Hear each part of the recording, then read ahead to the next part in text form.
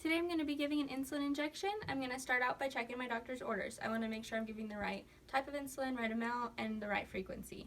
I'm also going to go ahead and check the hospital sliding scale. Most hospitals have a standard sliding scale, and depending on what the patient's blood glucose level would depend where they fall and how much insulin you'd give them.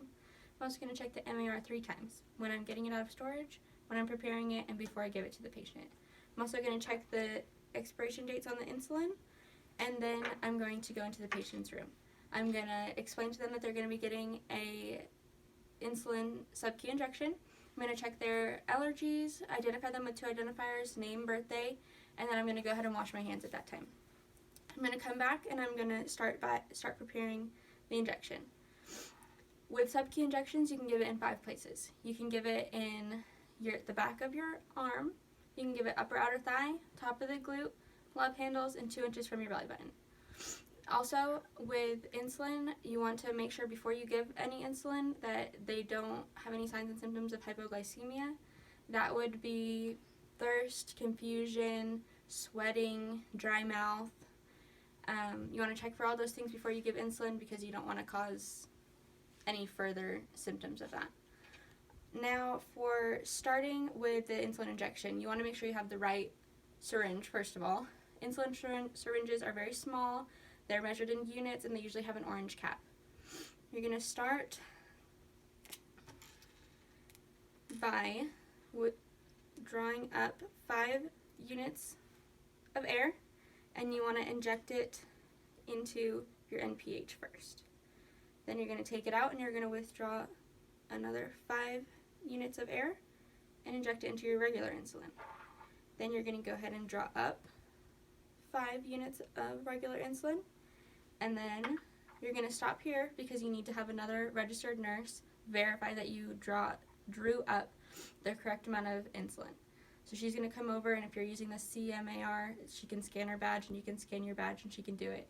And then she's going to make sure that you drew up your 5 units, and then it was a regular insulin. Then you can go ahead and draw up the rest of your units, in this case it's 5, of NPH.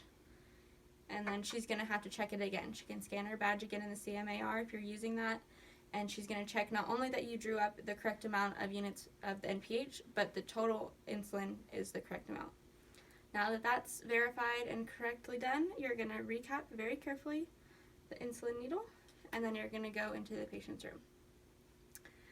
I'm going to start by putting my gloves on. I've already washed my hands. Put the gloves on.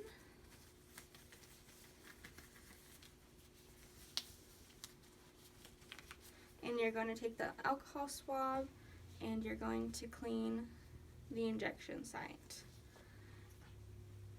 With a sub-Q injection, you're just going to want to pinch up the skin. I'm not actually going to inject the solution.